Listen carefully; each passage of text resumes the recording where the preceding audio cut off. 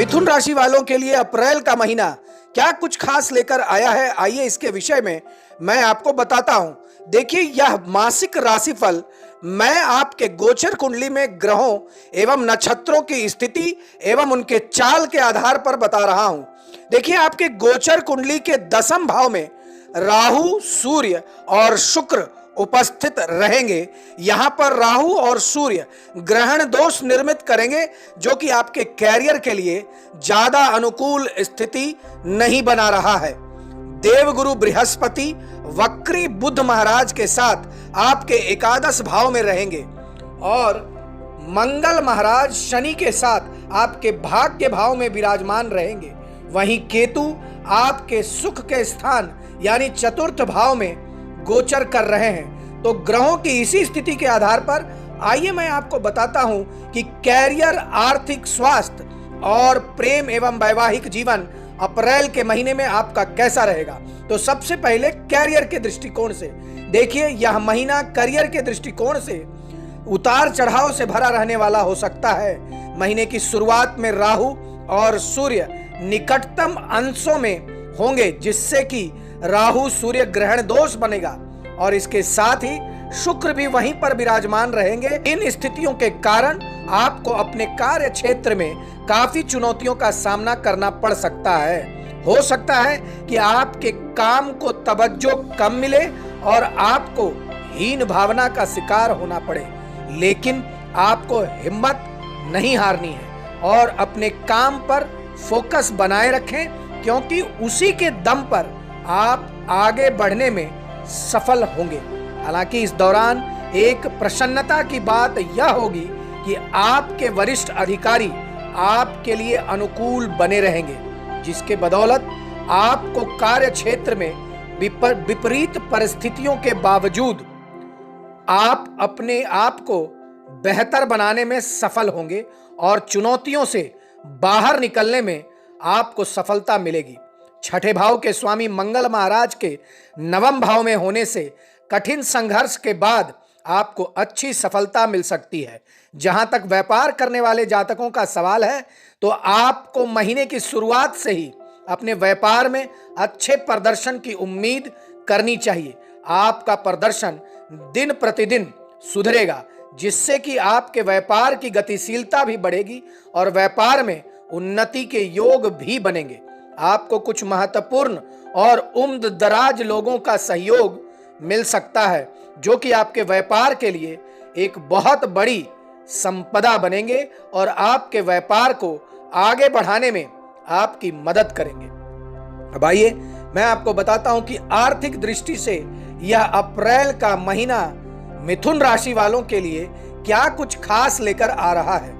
देखिए, अगर आपकी आर्थिक स्थिति इस महीने देखी जाए तो महीने की शुरुआत में बृहस्पति और बुध एकादश भाव में रहेंगे और 9वें भाव में बैठे शनि महाराज की दृष्टि भी आपके एकादश भाव पर रहेगी, जिसके परिणाम स्वरूप आपकी आमदनी में अच्छी बढ़ोतरी देखने को मिल सकती है।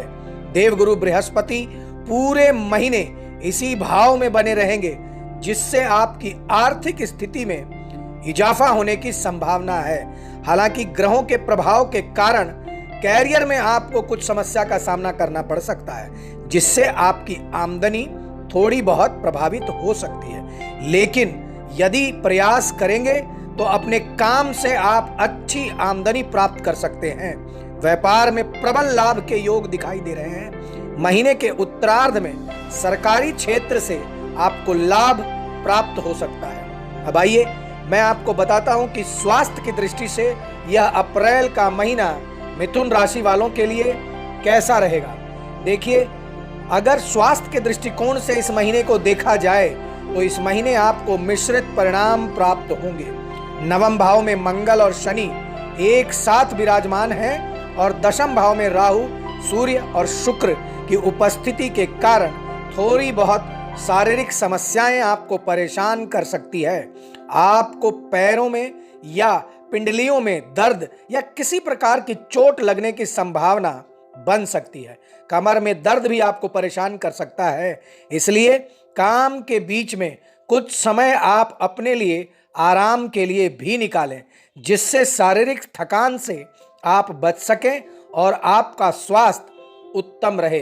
हालांकि महीने के उत्तरार्ध में इसमें कुछ हद तक आपको सफलता भी मिल सकती है, लेकिन 23 अप्रैल से महीने के अंत तक आपको अपने रक्तचाप यानी बीपी पर भी, ब्लड प्रेशर पर भी ध्यान रखना चाहिए, जो कि अनियमित होने की संभावना भी है। स्वास्थ्य पर नजर बनाकर रखें, तभी आपका अच्छा स्वास्थ्य आपको प्राप्त होगा। अब आइए मैं बताता हूं कि आपको कि प्रेम और वैवाहिक दृष्टि से यह अप्रैल का महीना आपके लिए कैसा रहेगा। देखिए, महीने की शुरुआत प्रेम और प्रेम संबंध के दृष्टि से बहुत अच्छी रहने वाली है। बुध और बृहस्पति पंचम भाव को देखेंगे, जिससे आप अपनी संप्रेषण कला यानी आप अपनी बातों को रखने की जो कला है उसका पूरा लाभ उठाएंगे और अपने दिल को अपने प्रियतम के सामने खोल कर रख देंगे। अपनी हर भावना को उनके साथ साझा करने में आप सफल होंगे और इसका अनुकूल प्रभाव भी आपको दिखाई देगा। अगर आप शादीशुदा हैं, तब महीने की शुरुआत में ही आपके जीवन साथी को कोई बढ़िया लाभ मिल सकता है और वह आपके काम में भी आ सकता है। यदि आप उनके नाम से या उनके साथ मिलकर कोई व्यवसाय करते हैं, तो यह महीना आपको और भी अधिक लाभ प्रदान करा सकता है। आपके सामाजिक दायरे में बढ़ोतरी होगी और आपके जीवन साथी आपका सहयोग करते नजर आएंगे। इससे आप दोनों के बीच का रिश्ता बहुत हद तक परिपक्व होगा और अपनी जिम्मेदारियों को भी आप भली प्रकार निभा पाएंगे।